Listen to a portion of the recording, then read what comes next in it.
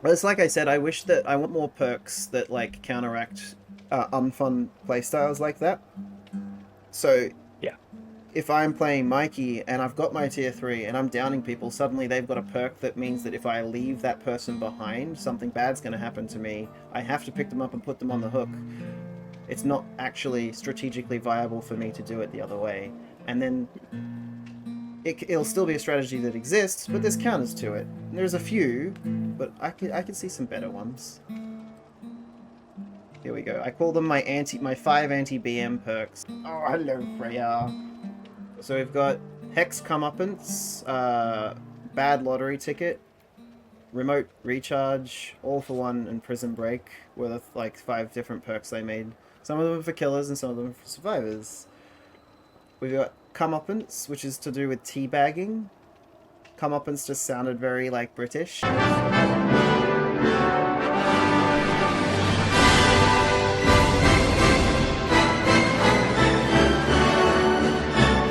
Like teabag. So teabags and flashlight clicks. I haven't fleshed it out fully yet, but teabags and flashlight clicks charge a hex. Once it gets to 3 charges, it activates and becomes, an actual hex. When the gates are open, wait. Oh, okay. I've written it so that like I haven't looked at these for a while. So it gets 3 charges, then it activates when the gates have been opened. The hex will then block the gates until it's being cleansed, and it cannot be cleansed by 1 second per token stack. So it also blocks based on... Okay, yeah, that's right. So it's got 2 layers. So it'll always activate after a teabag, and it goes up to 3. And there'll be like it just blocks the gate permanently, and it can't be cleansed. Presumably the aura would be revealed of where the hex is as well. I would say would probably be fair, just like Noed, because this would get paired with Noed, I imagine. But again, it only activates if someone teabags and flashlight clicks. So if you don't play like that ever, if your whole squad is just super chill and no one ever does any of that, the hex won't activate. And then becomes a useless perk. So it punishes you with an in-game for doing something that's rude in-game, but allowed in-game.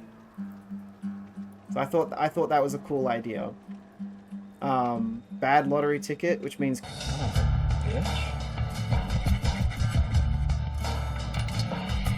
Son of a bitch! Woohoo! $100,000, sucker!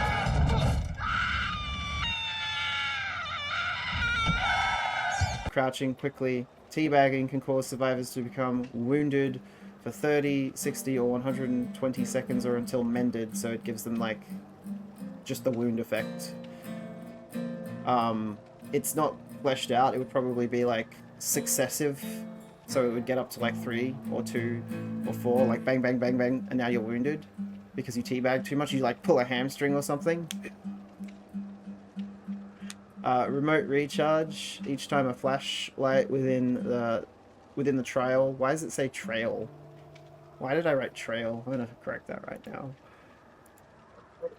Man, I got so much dyslexia. Oh yeah, remote recharge. So whenever a flashlight within the trial loses a second of charge, you gain a haste effect for insert number of seconds. So if a flashlight gets clicked at you, you get a small amount of haste. I'd probably like... it's currently at 6% haste for 5 to 15 seconds. I'd probably maybe lessen it a little bit in retrospect. But yeah, a small amount of haste for people clicking at you. Just clicking at you slightly. It's funny. I think like it's just the mindset, because like for me, I'm like, oh, these perks can seem kind of like the game's already like in my head. The game's already killer sided. I don't want more killer sided perks. Ah, well, good thing you say that, because we're up to the survivor perks now. Because I didn't think just killer. You know, you got to look at both Mhm. sides of the coin. So we've got all for one. When you and one other survivor have been placed into the dying state for longer than 10 seconds, tap the ability button to instantly heal 1 health state to all survivors within 5 meters of you. This, by the way, was before the 2v8 thing. They gain endurance and haste for 10 seconds, which means that if multiple people have been slugged in an area, you can then just get them back up. So you could like basically just get everybody up and then let them like run off with haste and endurance while you sit there like wiggling at the killer because they tried to slug everyone. I think that'd be a cool anti-slugging perk.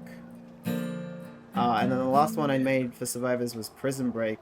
When you're in the dying state and the last remaining survivor, and you're the last remaining survivor, if the hatch is being closed, you may instantly recover 1 health state if within 3 meters of the exit gate. So it would stack with adrenaline, I'd imagine. So what you do is, it's also an anti-slugging thing as well. So you've used adrenaline and you've been searching for the hatch, but you can't find it, and the killer closes it, and then they down you, and then they go look for it to close it.